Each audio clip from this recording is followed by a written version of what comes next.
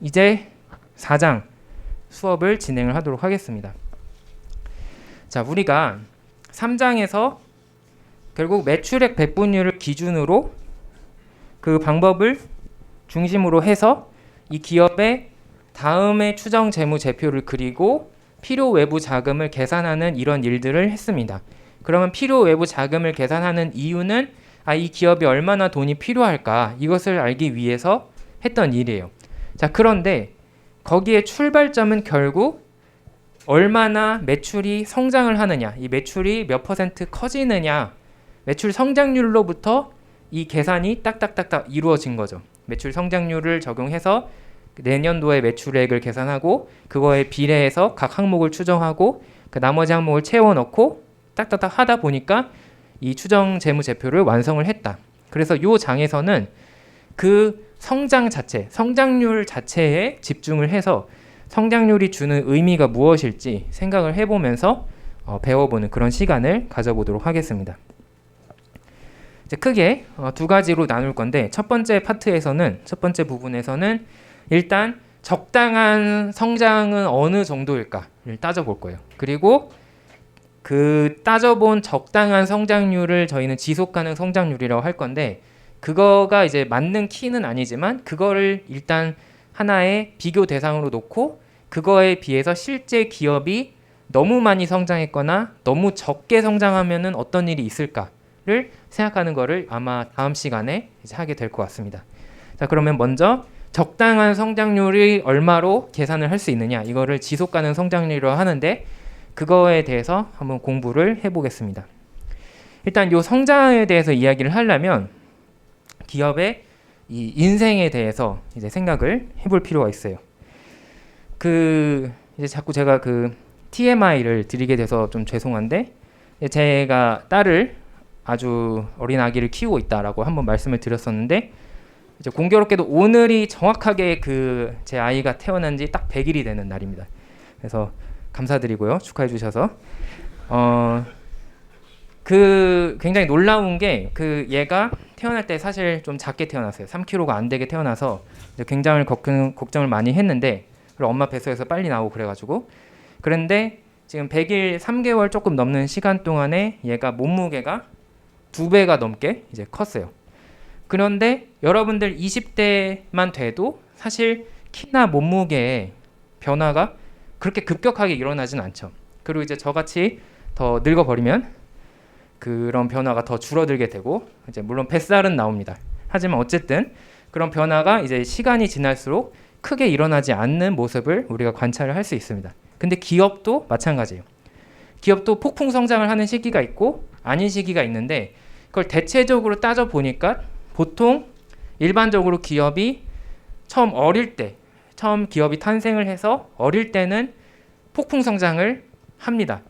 그리고 거기서 폭풍 성장을 하지 못하면 애초에 도태가 돼서 탈락이 되죠. 그래서 없어지게 되고 폭풍 성장을 해서 살아남은 애들이 이렇게 쉐이크아웃 도태기를 지나서 안정기를 지나서 이제 안정적인 이 정말 성숙한 그런 기업이 됩니다. 하지만 이제 모든 산업에는 흥망성쇠가 있기 때문에 예전에 기업이 잘 나갔다 해서 무조건 잘 나가는 건 아니고 시간이 지나면 그 기업이 속한 산업 자체가 별 볼 일 없어질 수도 있고 원래 그 기업이 잘 팔던 물건이 이제는 너무 과거의 것이 될 수 있어요. 이제 그런 사례들을 굉장히 많이 볼 수 있죠.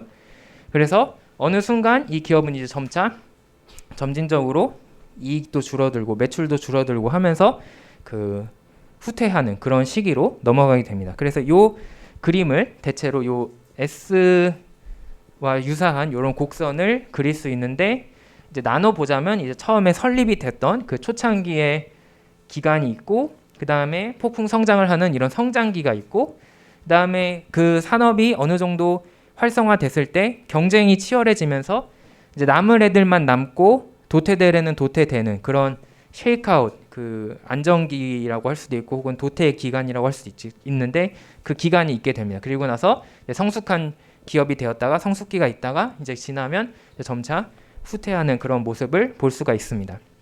자, 그래서 이제 사람들처럼 마찬가지로 기업도 그런 성장이 아주 잘 일어날 때가 있고 또 아닐 때가 있다라는 것을 이해하고 보면 이제 오늘 우리가 혹 그리고 다음 시간에 이야기할 내용이 이제 어떤 의미를 가지고 있는지 여러분들이 조금 더 쉽게 이해를 하실 수 있을 거예요. 자, 그러면 이렇게 이런 주기를 거쳐서 성장을 해야 되는데 어떻게 성장을 할 것이냐? 제 딸이 몸무게가 늘려면 그 분유를 많이 먹어야겠죠. 그래서 제가 너무 많이 먹인다고 엄청나게 그 잔소리를 들었는데 어쨌든 그 분유를 많이 먹어서 이제 열심히 컸습니다. 이제 그것처럼 기업도 성장을 하려면 이 매출이나 자산에서 있어서 성장을 하려면 먹이를 먹어야 돼요. 먹을 거 먹어야 되는데 그게 이 기업에게는 자금이라고 볼 수가 있는 거예요. 그래서 기업은 성장을 할 때 항상 자금이 필요하다.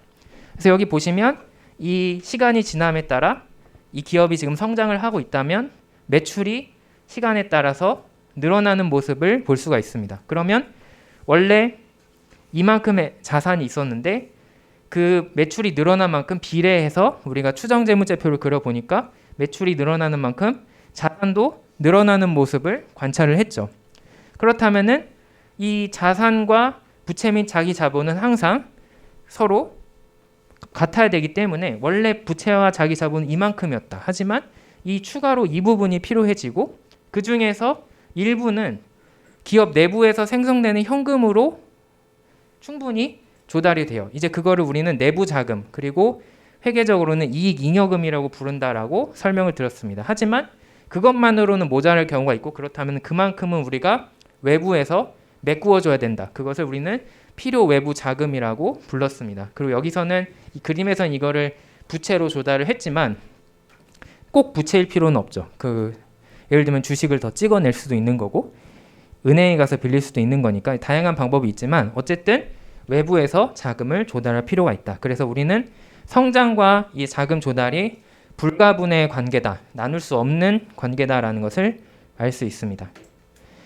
자, 그래서 일반적으로 성장을 할수록 이 매출이 커지면 그러면 왜 좋으냐라고 물어볼 수 있는데 일반적으로 이 매출이 늘어나면 당연히 그 기업이 시장에서 차지하고 있는 점유율이 올라가게 되고 그만큼 이익이 올라가게 돼요. 그래서 이 경영을 하는 사람들 입장에서는 물론 그 이익을 내고 주주들에게 이익을 돌려주는 것도 중요하지만 일단 당장 보이는 매출이 얼마나 늘었느냐라는 것에 집중을 할 때도 있습니다. 그래서 일단 매출을 늘리고 보자. 그래서 여러 가지 뭐 판촉 행사도 하고 하면서 일단 매출을 늘리려고 노력을 할 수도 있어요.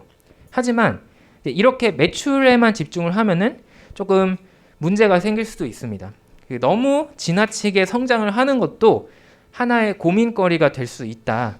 이제 여러분들이 생각하기에 아니 매출이 늘었는데 뭐가 걱정이지? 라고 생각을 하실 수도 있지만 오히려 매출이 늘었을 때 문제가 될 수도 있습니다. 왜냐하면 지금 앞에서도 봤듯이 매출이 늘면 그만큼 돈을 많이 써야 돼요. 왜냐하면 자산이 많아져야 되고 이제 그만큼 자금을 조달을 해야 되기 때문에 이 매출이 는다는 것은 재무적인 자원, 즉 돈이 더 많이 필요하다는 거예요. 그리고 그만큼을 내가 소진을 한다는 뜻입니다.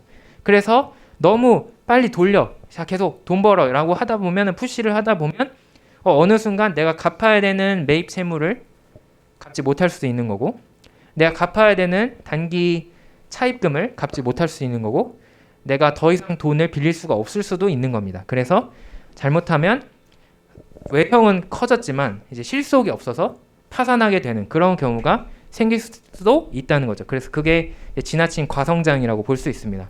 그리고 여러분들이 쉽게 생각을 할 수 있듯이 당연하게도 너무 성장을 못해도 문제가 될 수 있어요. 너무 성장을 못하면 주주들이 뭐라고 하겠죠. 야 사장님 너 잘하겠다더니 왜 이거밖에 계속 못하냐. 우리 물건이 왜 이렇게 안 팔리는 거냐. 우리 서비스가 왜 경쟁이 안 되는 거냐. 이런 압박을 받을 수 있겠고 근데 너무 볼 게 없어지는 그런 상황이 된다면 내가 경쟁하고 있던 그런 산업에서도 완전히 밀려나서 도태가 될 수도 있습니다. 그러다가 보면은 이제 심지어 극단적으로는 이 기업을 아예 그냥 없애는 게 낫겠다 하면서 이제 청산을 하는 그런 상황까지도 이어질 수 있겠죠. 너무 심각하게 저성장이 계속된다면. 그래서 우리는 결국 알 수 있는 것은 적당히 잘하지도 못하지도 적당히 해주는 것이 중요하다라는 사실을 알 수 있습니다. 자, 그러면 이 논의를 이어가기 위해서 적당히 성장한다는 것의 기준은 뭘까? 이제 누구는 이런 생각을 할 수 있어요. 우리가 독립을 이루자. 이제 이 기업의 관점에서 알아서 혼자서 잘 살아남을 수 있게 혼자서 독고다이하자. 그래서 어떻게 하느냐? 우리 외부 도움 필요 없어요. 외부의 자금 필요 없고요. 우리는 내부 자금만으로 성장을 할게요. 라고 생각을 할 수 있어요. 이제 그거를 표현하는 성장률을 바로 우리는 내부 성장률이라고 부릅니다. 그래서 기업이 외부 자금을 전혀 조달하지 않고 더 이상 전혀 조달하지 않고 순전히 이 기업이 영업 활동을 통해서 생성되는 현금만으로 투자를 해서 기업이 커지는 정도가 어느 정도가 될 수 있느냐를 물었을 때 답할 수 있는 것이 바로 내부 성장률이 됩니다. 그리고 이 내부 성장률을 계산하는 식은 이제 교과서 표기법으로 따지면 이렇게 쓸 수 있고요. 그리고 이제 제가 표기하는 조금 더 엄밀한 방식으로 표기하면 이렇게 쓸 수 있습니다. 이제 그 설명을 드릴게요. 여기서 요 R로 표현된 것은 유보율, 리텐션 레이시오라고 부르는 것인데 이거는 내가 순이익 중에서 얼마만큼을 배당을 주어서 빼고 남은 것이 얼마냐, 즉 이 잉여금으로 가는 몫이 얼마냐라는 의미가 됩니다. 그래서 요 유보율은 100%에서 배당률을 뺀 거예요. 그러면 요 ROA는 뭐냐? 우리가 알고 있는 자산 이익률, 리턴 온 에셋이 됩니다. 그러면 자산 이익률과 유보율만 알면 우리가 이 내부 성장률을 계산을 할 수 있다. 그리고 다시 한번 말씀을 드리지만 이 내부 성장률이라는 것은 외부 자금을 조달하지 않는다라고 했기 때문에 내부의 자금, 즉 이 이익 잉여금만으로 성장을 할 때 어떤 성장률이 나오는지를 계산하는 값이 되겠습니다. 자, 이거는 제가 여기에 하나 일일이 쓰기 힘들어가지고 그냥 아예 적어왔는데 이거를 이 식이 왜 성립하는지 확인하기 위해서 간단하게 우리가 따라가 볼게요. 이 증명을 외울 필요는 없어요. 여러분들은 이해만 하시면 됩니다. 자, 가상의 기업이 있어요. 이제 그 기업의 매출을 세일즈니까 S, 순이익을 넷인컴이니까 NI, 자산을 에셋이니까 A라고 부르겠습니다. 그다음에 성장률이 G다라고 이제 약칭해서 부를게요. 자, 그리고 우리가 매출액 백분율법을 썼던 것처럼 이제 대체적으로 이 성장에 비례해서 모든 것이 성장을 한다. 근데 원래는 그렇지 않지만 이제 수학적인 거니까 단순화시키기 위해서 이제 모든 게 비례한다라고 가정을 할게요. 그래서 순이익과 자산이 매출에 비례한다라고 그냥 간단하게 생각을 해보겠습니다. 자, 그러면 이 내년도에 이익 잉여금만큼으로 얼마나 들어올 수 있느냐? 이제 올해의 순이익이 넷인컴 NI였어요. 그런데 매출이 1 플러스 G 성장률만큼 늘어나기 때문에 마찬가지로 순이익도 1 플러스 G만큼으로 늘어나게 됩니다. 근데 그러면 이게 내년도에 순이익이 되는데 거기서 일부는 배당으로 빠지고 나머지만 이익 잉여금으로 들어가게 돼요. 그래서 배당을 뺀 만큼이 이 이익 잉여금으로 들어가는 몫이 된다. 그래서 1 플러스 G 곱하기 NI 곱하기 리텐션 레이시오 R로 쓸 수가 있습니다. 자, 한편 자산도 매출이 늘어나면서 늘어나죠. 그래서 자산은 올해 A였지만 내년도에는 G만큼 성장을 하니까 1 플러스 G 곱하기 A가 될 거예요. 그래서 요게 내년도의 자산이고 요게 올해의 자산이에요. 그러면 그 차이만큼인 G 곱하기 A가 그 자산의 변화량으로 쓸 수가 있죠. 자, 그러면 이 자산의 변화량만큼이 내년에 더 우리가 필요한 자금이에요.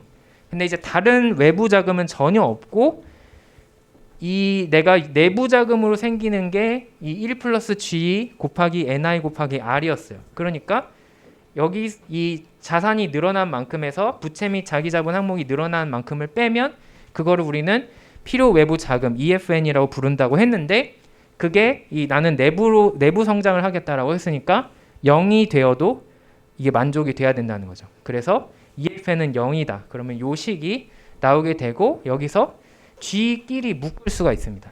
그래서 이거를 잘 정리를 하면 이렇게 쓸 수가 있어요. 지금 G 곱하기 A가 있고 G 곱하기 NI 곱하기 R이 있기 때문에 A 빼기 NI 곱하기 R이 되고 이제 요 G가 없는 1 곱하기 NI 곱하기 R은 요 반대쪽으로 넘겨서 분자가 돼요.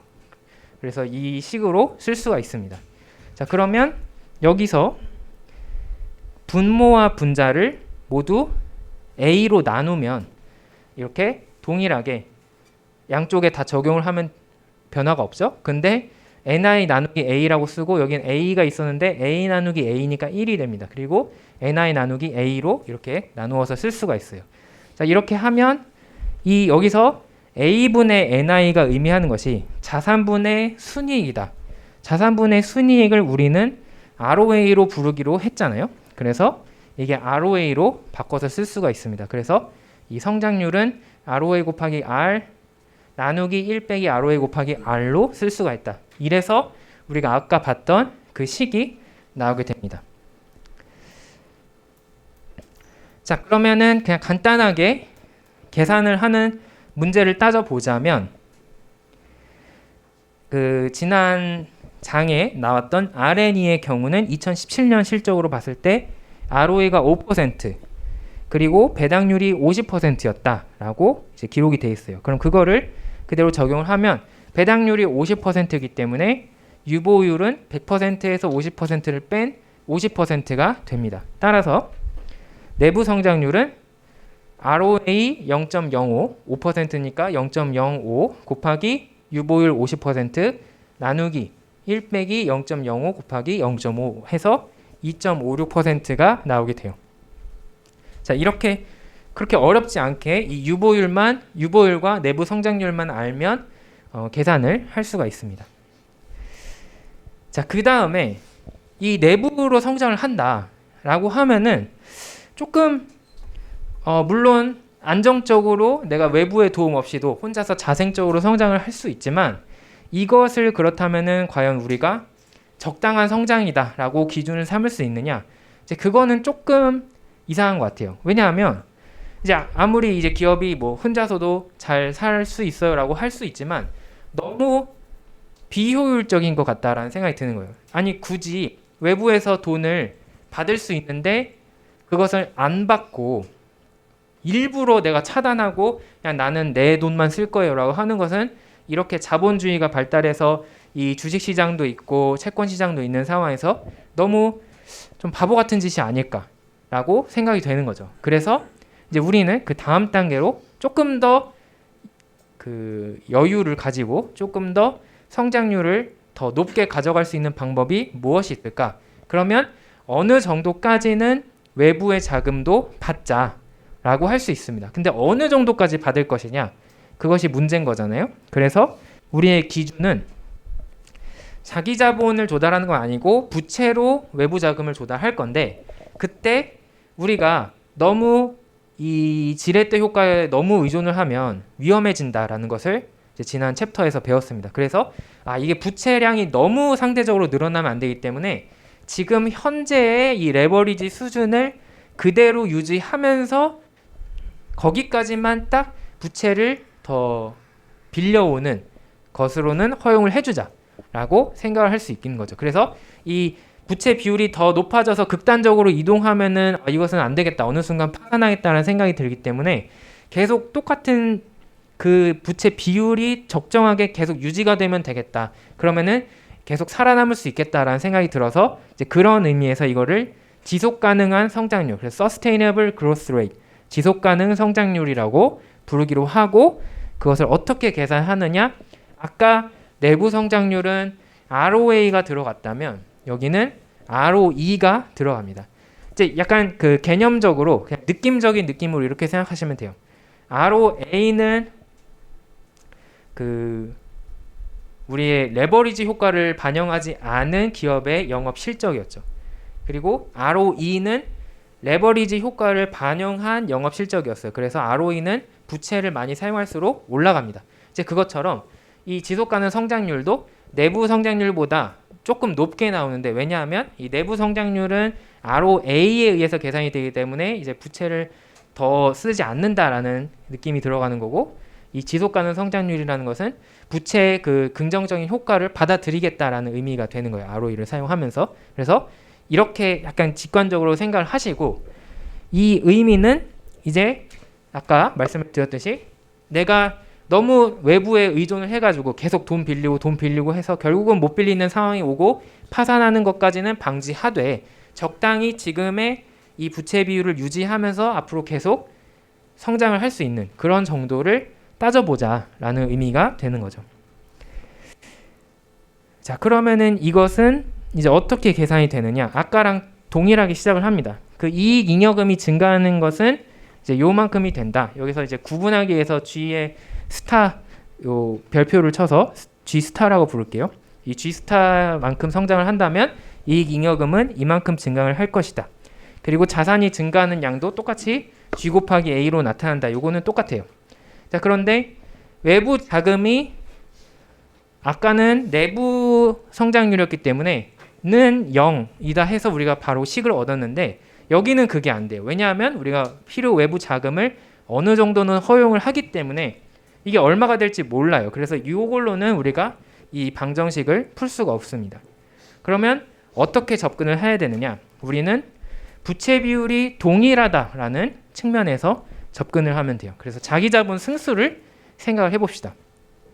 자기자본 승수는 equity multiplier는 자산을 자기자본으로 나눈 것. 거꾸로 말하면 자기자본 분의 자산으로 나타나요. 그러면 지금 우리가 돈을 추가로 빌리기 전에 원래의 자기자본 승수는 equity 분의 asset에서 2분의 a였어요.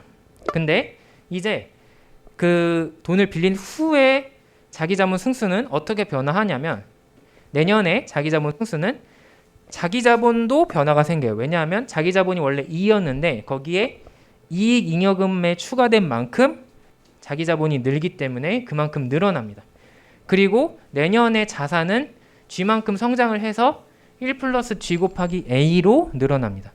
그래서 이 두 개를 이용해서 비율을 똑같이 만들 수 있고 그 비율이 그 이전 연도와 동일을 해야 된다라고 해서 방정식을 세울 수 있습니다. 자, 그러면 이제 분모를 이쪽으로 넘겨서 곱하고 이 분모를 이쪽으로 넘겨서 곱할 수 있어요.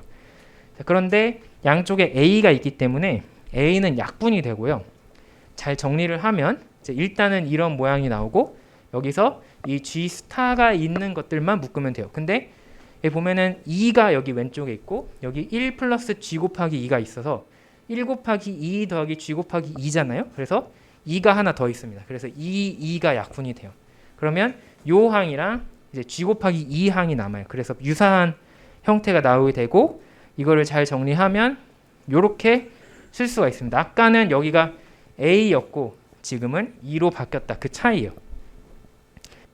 자, 그러면 마찬가지로 분모 분자를 2로 나누어서 이렇게 쓸 수가 있고 그러면 여기서 자기자본 2분의 순이익 NI는 바로 말 그대로 ROE를 의미하기 때문에 Return on Equity를 의미하기 때문에 ROE로 바꿔서 쓸 수 있다. 그러면 ROE 곱하기 유보율 나누기 1 빼기 ROE 곱하기 유보율로 쓸 수 있다라는 것이 이제 왜 이 식이 나오는지를 제가 설명을 드린 거고 자, 이게 조금 엄밀한 버전이고 이제 우리 교과서나 아니면은 뭐 여러분들이 자격증 공부를 하실 때 나오는 버전에는 어떻게 나와 있냐면 돌아가서 요 형태로 나와 있어요. 그냥 유보율에다가 내 ROE를 곱하면 계산할 수 있다라고 나오는데 이제 그게 틀린 말은 아닌데 그때의 ROE가 사실 조금 달라요. 그래서 그거를 제가 설명을 드리겠습니다. 이제 교과서에는 이렇게 그냥 나와 있는데 자, 이게 어떻게 나오는 거냐? 아까 그 최종 식이 나오기 전에 직전의 상태에서 이 분모를 보면 2에서 NI 곱하기 R을 빼고 있어요.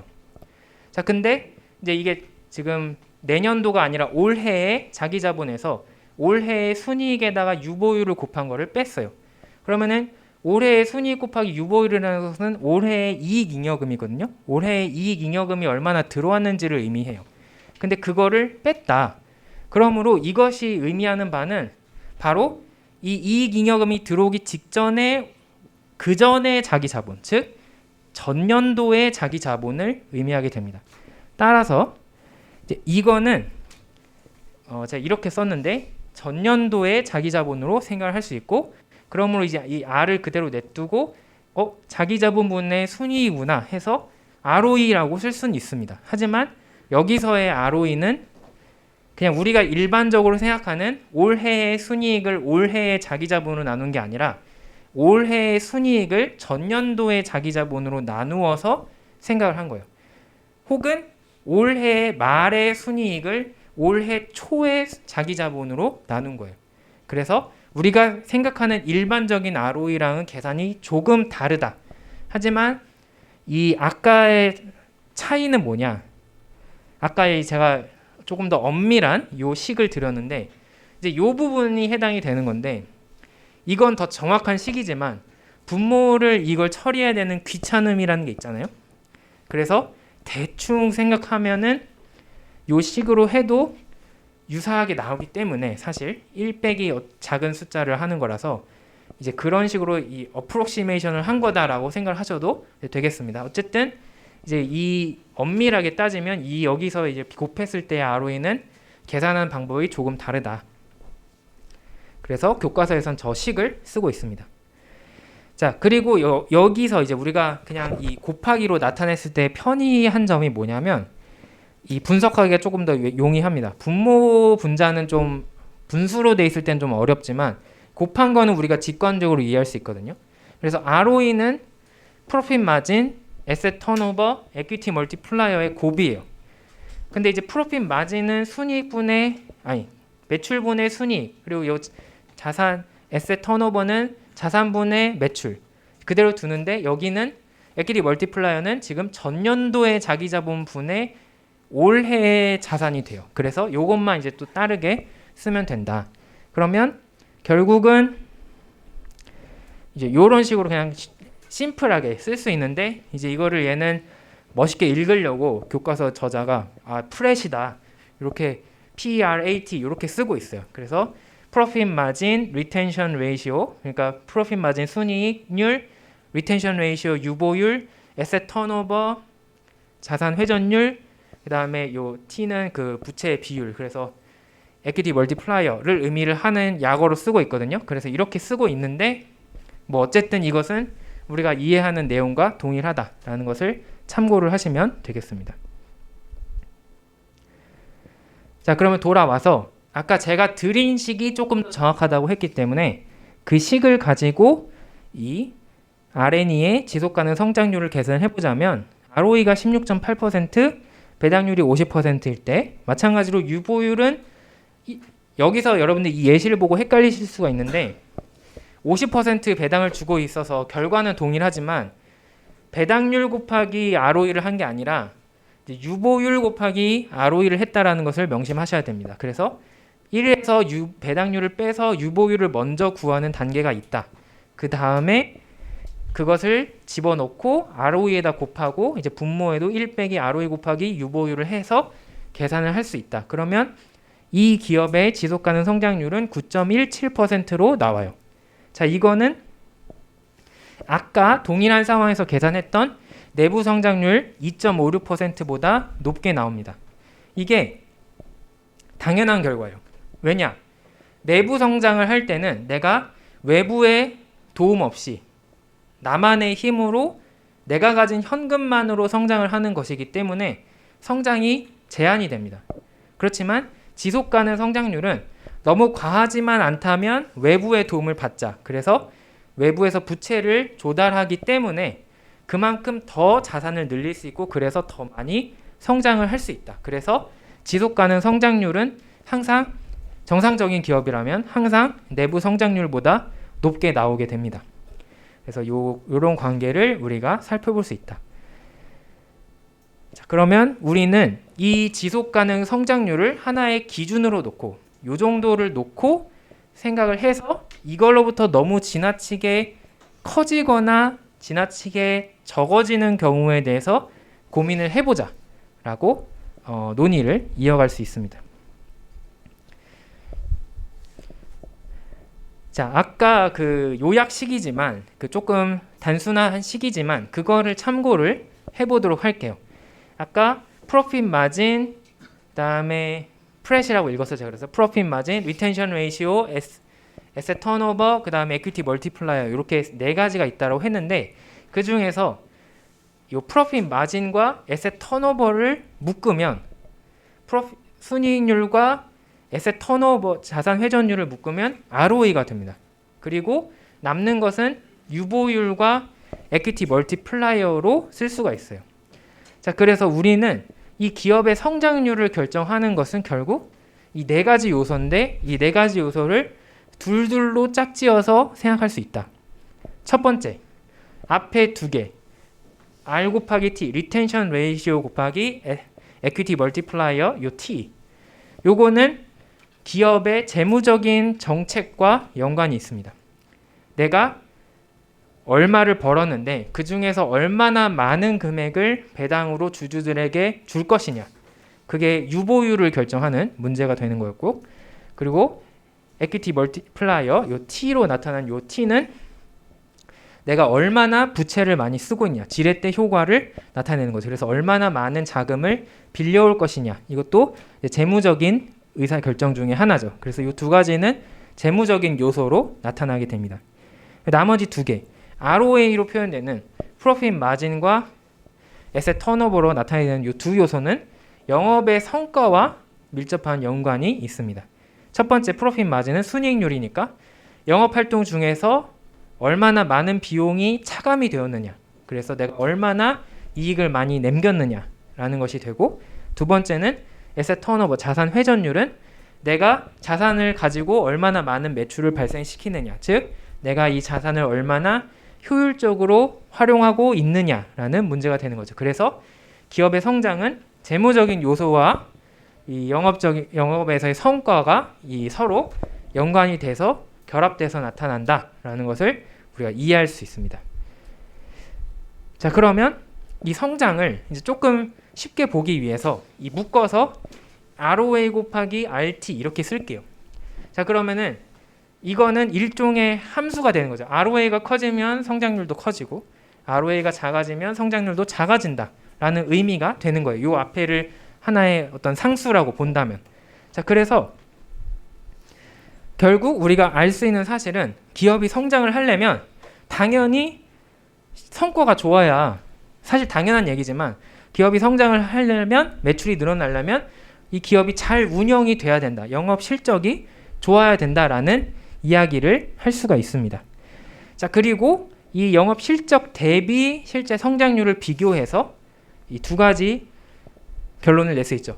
둘 중 하나 대비하는 거니까 둘 중 하나가 크거나 작을 텐데, 이 실제 성장률이 현재 ROA 수준으로 의해 결정되는 것보다 지나치게 높을 경우, 이 경우는 어떤 문제가 생길까? 그리고 두 번째로는 실제 성장률이 현재 ROE에 의해서 결정될 수준보다 지나치게 낮을 경우, 이 두 가지 중에 하나가 될 거예요.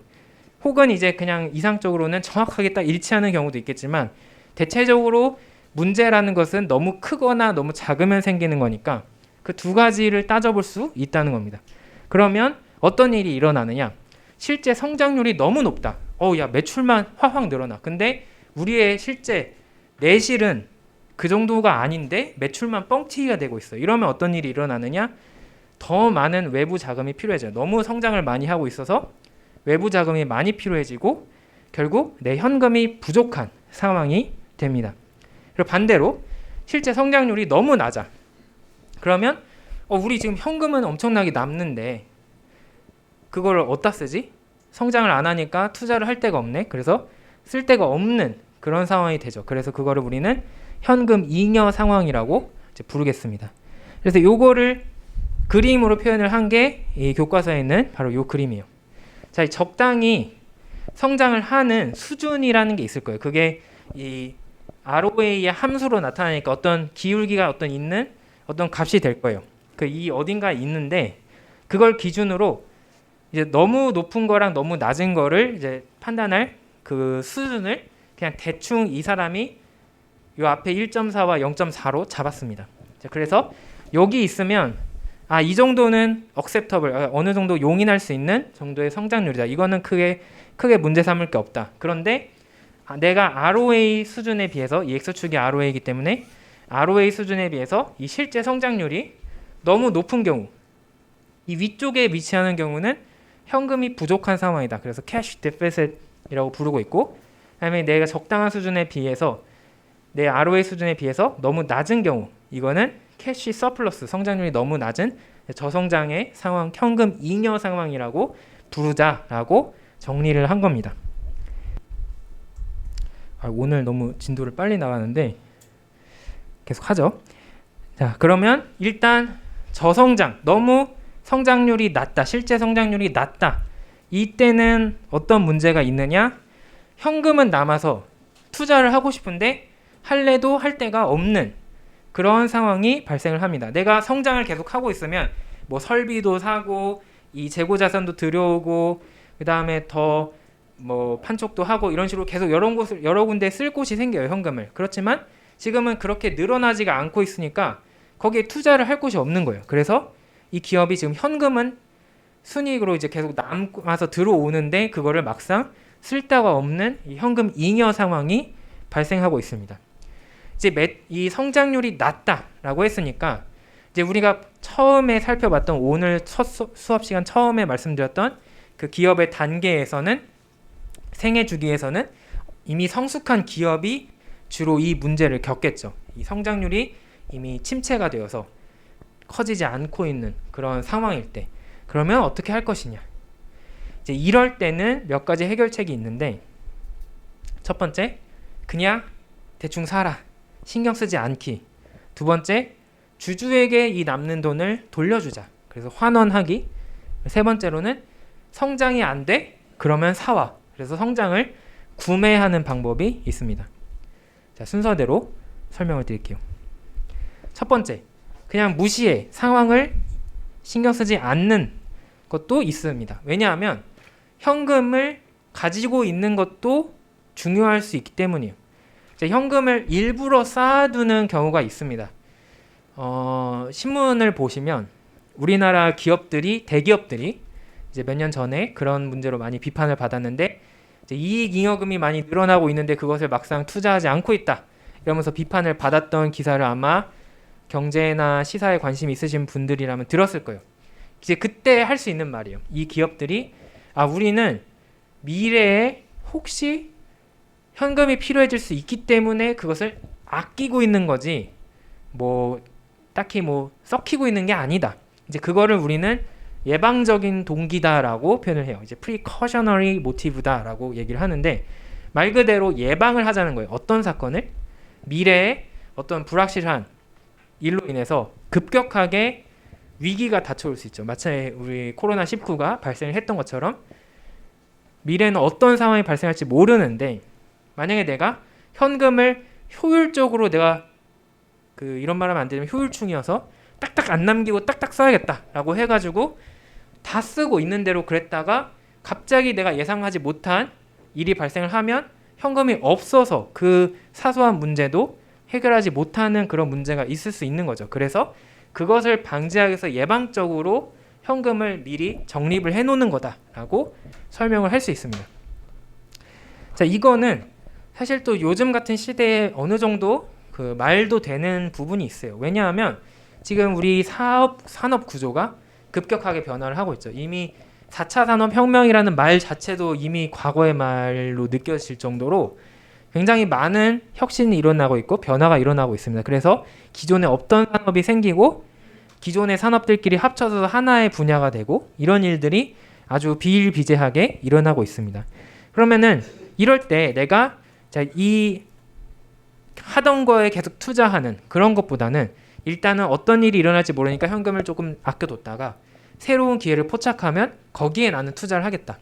이렇게 판단을 할 수도 있는 거죠. 그래서 이제 이 새로운 투자 기회를 마련할 때까지 현금을 조금 아껴두겠다라고 그때가 되면 폭발적으로 나는 거기 투자할 것이다라고 의사결정을 내릴 수도 있는 겁니다.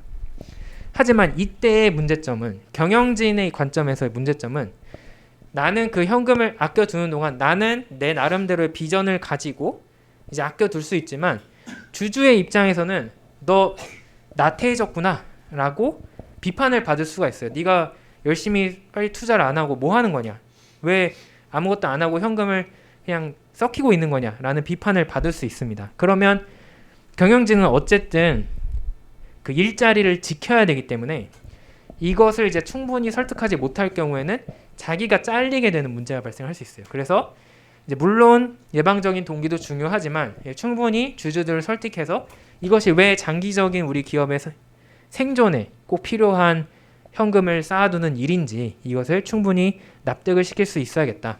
이제 그렇지 않으면 다른 자기의 사리사욕을 위한 것으로 오해받을 수 있기 때문에 주의해야 된다라고 결론을 낼 수 있겠습니다. 그냥 그래서 이게 아무것도 안 해도 된다라는 첫 번째 결론에 대한 말씀을 드렸고, 두 번째, 아니 현금이 있는데 왜 그걸 놀리냐, 그거를 그러면 바로 우리 주인님들께 돌려드리자 해서 주주에게 환원을 할 수 있죠. 자, 애초에 우리가 기업이 잠시만요, 이 유보하고 가실게요 하면서 배당을 안 주고 그냥 이제 기업의 내부에 현금을 쌓아두는 이유는 그것을 그렇게 하는 것이 기업에 혹은 주주에게 장기적으로 이익이 된다고 생각하기 때문이에요. 지금 올해 우리가 돈을 벌었는데 그걸 다 나눠주면 그럼 내년에는 어떻게 할 거냐, 내년에도 또 해야지. 그러니까 일부는 조금 줄 수 있어도, 배당으로 조금 줄 수 있어도 나머지는 유보해서 내년을 위해서, 내후년을 위해서 잘 쓰겠다라는 것이 기업이 이익을 잉여금이라는 이름으로 저축을 하는 이유죠. 그런데 이제 내년에 별 볼 일 없는데 내후년에도 별 볼 일 없대. 그러면 쓸 데가 없네. 그러니까 이제 그러면 드디어 이제 그 말씀드렸던 돌려드릴 때다라고 하면서 잠시 미뤄뒀던 그 돌려주는 행위를 시작할 때가 되는 거죠. 그래서 이렇게 더 이상 성장할 데가 없는 기업이라면 이익을 환원하는 그런 행위를 하는 것이 아주 강력하게 권고됩니다. 여기에는 또 한 가지 이유가 있는데, 기업 자체는 이 덩치가 있다 보니까 자기가 하던 걸 해야 되니까 자기의 영역에서 투자할 곳을 찾기 어려울 수도 있지만, 주주에게 그 이익을 돌려주면 주주는 그걸 가지고 어딘가에 아주 유용하게 써먹을 수 있어요. 예를 들면은 물론 자기가 그걸로 떡볶이 사 먹을 수도 있겠지만 그 외에도 그거를 또 어딘가에 신생 기업, 스타트업에게 투자해서 또 새로운 기업이 우리 경제에 나타나게 만들 수 있는 거잖아요. 그래서 이 기업의 관점에서 보지 말고 주주의 관점에서 볼 때 우리가 이익을 환원하는 것이 기업이 현금을 소진하는 것으로 생각하는 것이 아니라 원래 마땅히 줘야 될 것을 돌려주는 거고, 그걸 통해서 우리가 공익적으로 더 좋아질 것이다 라고 생각을 할 수 있다. 그런 관점에서 우리나라의 대표적인 대기업 중에 하나가 삼성이었죠. 삼성이 과거에는 우리가 경제 성장기, 우리 대한민국이 성장하던 시기에는 삼성이 배당을 안 주는 걸로 유명했어요. 이제 그 나름대로의 명분은 지금 반도체에도 투자를 해야 되고 핸드폰 산업에도 투자를 해야 되고 또 신생 사업이 나올 수 있으니까 투자를 해야 되는데 지금 이익을 환원할 시기가 아니다라고 해서 미뤄왔던 거죠. 이제 그것이 이제 외부 투자자의 관점에서는 삼성의 가치를 떨어뜨리는 이유 중에 하나이기도 했어요. 너무 안 주니까. 이제 그러다가 지금 그 변화된 그런 지배 구조에서는 이제 삼성도 조금 나름대로 적극적으로 배당을 주려고 배당금이 조금씩 늘고는 있습니다. 이제 그거는 이 삼성이라는 기업 자체도, 삼성전자라는 기업도 자체도 그 해당 분야에서 이미 충분히 성장을 이루었고 더 이제 거기서 성장이 폭발적으로 일어나지는 않고 있으니까 차라리 그 현금을 주주들에게 환원을 하는 것이 더 이 기업의 궁극적인 목표인 주주 이익의 달성이라는 것에 더 부합한다라는 것을 받아들인 거죠. 이제 그래서 이 삼성전자의 그런 배당 정책의 변화 같은 것도 이런 관점에서 설명을 할 수 있습니다. 자, 마지막으로 성장을 사오자, 구매하자라는 것은 무슨 얘기냐? 바로 인수합병을 하자는 얘기입니다. 우리 기업이 성장을 못해? 그러면 성장할 애를 데리고 오자. 그래서 인수라는 것은 액퀴지션인데 그것은 다른 기업을 사서 가지고 오는 거죠. 경영권을 사오는 거고, 합병은 merger라고 부르는데 그것은 너와 내가 이제 합쳐서 하나가 되자라고 하는 것을 의미합니다. 자, 그러면은 이것을 하는 이유가 여러 가지 있을 수 있는데, 대표적으로 이런 거를 잘하는 지금 전 세계적인 기업 중에 대표적으로 이걸 잘하는 게 이제 구글이랑 페이스북이었던 메타예요. 걔네가 이걸 굉장히 잘하고 있어요. 구글도 이제 과거에 엄청나게 성장을 이루었지만 지금은 제 원래 비즈니스인 그 검색 시장 자체에서의 성장을 이루기보다는 이제 다양한 분야로 뻗쳐 나가고 있죠. 그렇게 해서 더 시너지도 내고 더 성장을 할 수 있는 기회를 찾아오고 있는데, 그래서 구글에서 시작을 했지만 그 모기업 그 지주 회사 체제로 변화하면서 이제 알파벳이라는 이름의 회사를 세우고 이제 거기에 경영권이 있는 거고, 구글은 하나의 자회사로 작동을 하고, 그 다음에 그 구글이 발생시킨 엄청난 양의 현금을 토대로 신생 기업들에 투자하고 그 기업들에게 경영에 참여하면서 또 자기네가 또 변화할 수 있는 그런 여지를 마련을 하고 있습니다. 이제 그것처럼 이렇게 자기가 이제 더 이상 성장을 못하면 그 현금을 이용해서 이제 잘 될 애를 키우자라고 생각을 할 수 있는 거죠. 이제 우리나라에서도 SK나 한화 같은 그런 조금 상대적으로 오래된 대기업들이 이제 자기네 원래 하던 사업에서 탈피해서 좀 변화를 이루기 위해서 그 자기네 그 그룹 내에 벤처 캐피탈 회사를 세우거나 하면서 또 새로운 신생 기업들에게 투자를 하고 여러 가지 행사도 하고 뭐 그런 지원도 하면서 이제 또 자기네가 이제 그걸 통해서 또 성장할 수 있는 기회를 마련하기 위해서 노력을 하고 있습니다. 그래서 이런 것도 하나의 좋은 방법이 될 수 있다. 자, 그러면 이거를 전략적으로 분류를 하자면 몇 가지가 종류가 있는데, 첫 번째는 이제 수평적인 통합이라는 게 있어요. 이제 horizontal integration이라는 게 있는데, 요거는 뭐냐면 니랑 내가 같은 선상에 위치를 했다는 거야. 수평이니까. 그래서 거의 비슷한 일을 하는 기업이 합쳐져서 하나의 큰 덩치가 되는 것을 이제 수평적인 통합이라고 부릅니다. 자, 이거를 하는 이유는 우리가 이제 어쨌든 다 성장이 안 됐을 때 하는 건데, 우리가 니랑 내랑 합쳐서 경쟁을 해서 치열하게 제살 깎아먹지 말고 그냥 우리가 하나의 독과점 기업이 되자라고 하는 거죠. 그래서 이 또 덩치가 커지면 규모의 경제를 달성을 할 수 있어요. 내가 설비를 원래 100%만큼 투자해야 될 것을 이제 내가 100%, 네가 100% 이렇게 해서 200을 투자할 것을 둘이 하나가 됐으니까 합쳐서 150만 투자해도 충분히 동일한 성과를 낼 수 있는 것처럼 이 규모의 경제를 이루고 할 수 있기 때문에 수평적인 통합을 추구하는 방법이 있고, 두 번째는 수직적인 통합을 할 수도 있습니다. 이거는 내가 공급을 받는 부품이나 이런 것을 공급받는 회사가 있고 내가 그것을 납품하는 회사가 있죠. 그래서 그것을 고객사와 공급사라고 부른다면 그것을 고객사나 공급사를 인수합병하는 거예요. 그래서 최종 부산물이 되는 단계까지 갔을 때 그 과정에서 우리가 독점적인 지위를 누리겠다. 그 과정 전체를 우리가 다 하겠다라고 할 때 이 수직적인 통합이라고 부릅니다. 그리고 마지막으로는 사업 다각화라는 것이 있는데 diversification인데, 이거는 뭐냐면 이제 전혀 다른 분야의 산업을 합쳐서 이제 새로운 분야에 진출할 때 우리는 다각화라고 부릅니다. 이제 아까 설명을 드린 것처럼 이제 전혀 상관이 없던 그런 신생 기업에도 투자를 하고 이제 그걸 합쳐서 우리 분야로 이끌어 옴으로써 이제 우리 기업이 여기만 하는 게 아니라 원래 하던 것만 하는 게 아니라 다른 새로운 산업도 이제 하려고 할 때 이제 그것을 사업 다각화라고 부를 수 있습니다. 어쨌든 이런 여러 가지 종류의 인수 합병이 있지만 어쨌든 궁극적인 이 인수 합병을 하는 재무적인 관점에서 궁극적인 이유는 자기의 성장이 지체가 되었기 때문에 더 이상 자기 분야에서는 성장하기가 어렵기 때문에 그것을 외부에서 그 활로를 모색하려고 하는 수단이다. 그런 몸부림이다. 이렇게 볼 수가 있겠습니다.